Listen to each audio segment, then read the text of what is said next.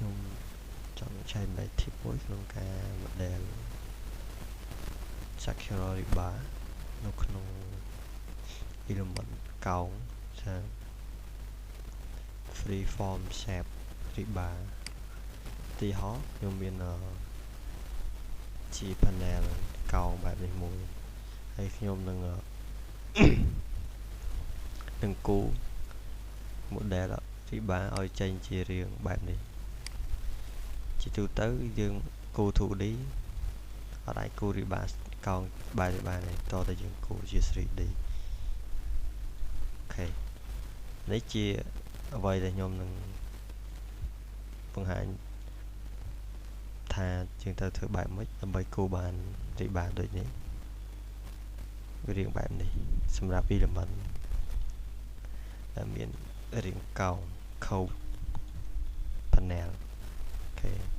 នេះជា element របស់យើងមានរាងបែបនេះអូខេតោះជាដំបូងយើងចូលទៅកាន់ Sakura Riba តមកទៀតយើងចូលពាក្យថា surface មានន័យថាយើងចង់ឲ្យវាគូតាមខាងលើខាងក្រោមបើខាងលើយើងចុចពាក្យ surface ខាងលើមកបន្តទៀតយើងយកពាក្យ start surface មានថា start ពីខាងនេះទៅប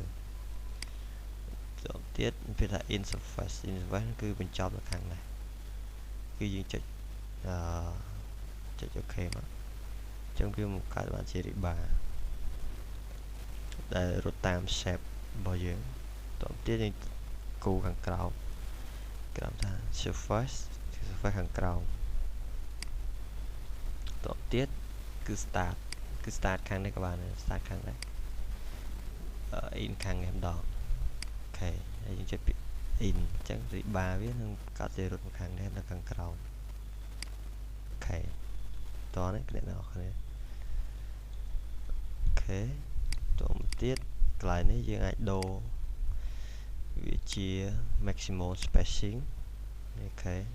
maximum spacing អាចយក200ទំហំថាវា10តែ16លីចុះយើងទីហោទេខាងនេះដូចគ្នា maximum spacing 200ដូចគ្នាទំហំ16លីអូខេឥឡូវយើងអាចបានរៀង Riba កោងចេះហើយយើងនៅ Riba ជុំវិញដៃកងទៅជាដៃកងដើម្បីគូវាបានយើងចុច select លើវាមួយសិនមកចុច panel ចុចពាក្យ Riba ហើយយើងចូលពាក្យ align យើង select ជុំវិញចុចពាក្យ patch នេះមានថារត់ទៅតាមខ្សែកោងខាងលើនេះពាក្យ OK ឥឡូវយើងបានរៀង Riba យើងអូខេនេះជា Riba យើងយកទៅ10លីបានហើយកុំឲ្យកោងខ្លាំងពេកហើយកន្លែងនេះយើងយក60 90ទៅមកទៀតកន្លែងនេះ ABC យើងអាចលើកវាឡើងលើឬក៏ចុះក្រោមយើងកំណត់ cover 40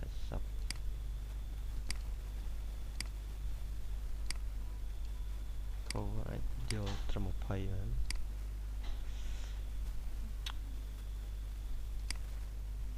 អូខេតមកទៀតយើងយកទៅពាក្យ select លើវាពាក្យ maximum spacing អូខេអញ្ចឹងដែកហ្នឹងវានឹងរត់ទៅតាម shape រាងកោងរបស់យើងថាវាថា3ទឹកមួយចុះកុំឲ្យវាញាក់ពេកអូខេ កន្លែងនេះយើងអាច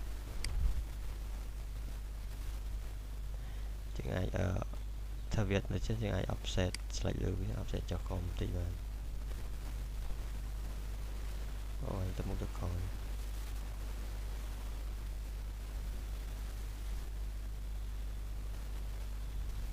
អូខេកន្លែងនេះអាចលើកឡើងបន្តិចបានមើលស្ថានភាពជាក់ស្ដែងរបស់ជីបារបស់យើងអូ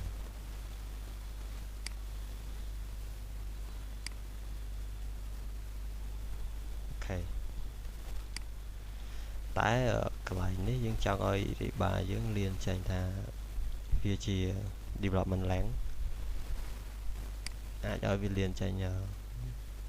55 ទឹកយើងចូលទៅកាន់ constant គឺយើងវាយពាក្យ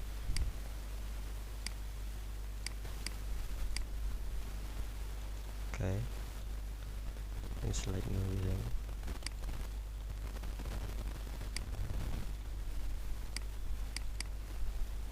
អូខេ error rejection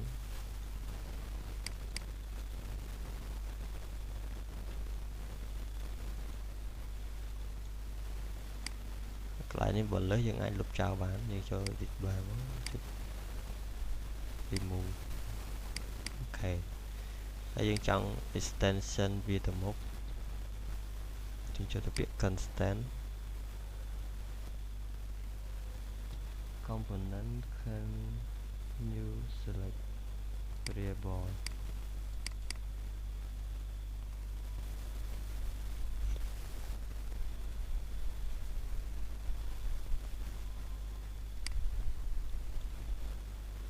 ចូលខ្ញុំកំពុង check មើលវាកើតអីអត់ដឹងដែរ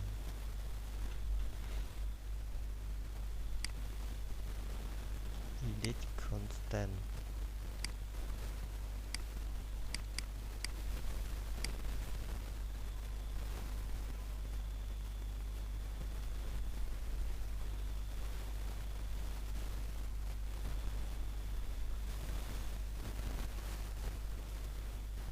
គឺយើងអាច select ដូរក្នុងនេះបាន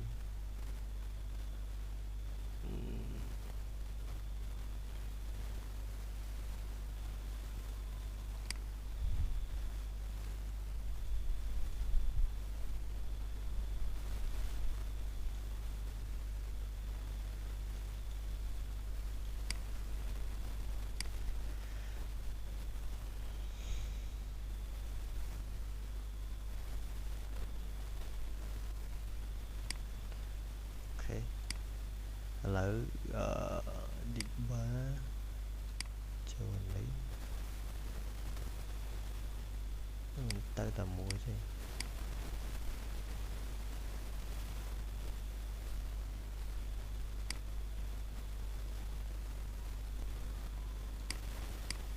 អូ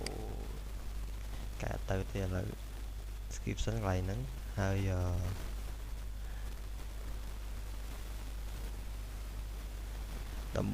ងចង់បដូរពណ៌ទៅបដូរពណ៌យើងអាចចូលទៅកាន់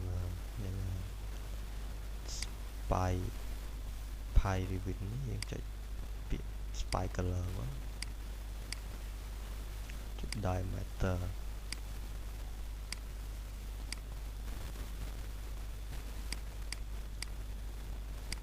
អានេះយើង select ពណ៌ហើយយើងចុច cell អូខេ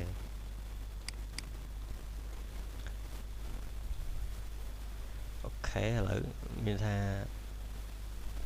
យើងអាចគូរដែកតាមរាង shape របស់យើងបានហើយអូខេវីដេអូខ្ញុំមានប៉ុណ្្នឹងទេអរគុណ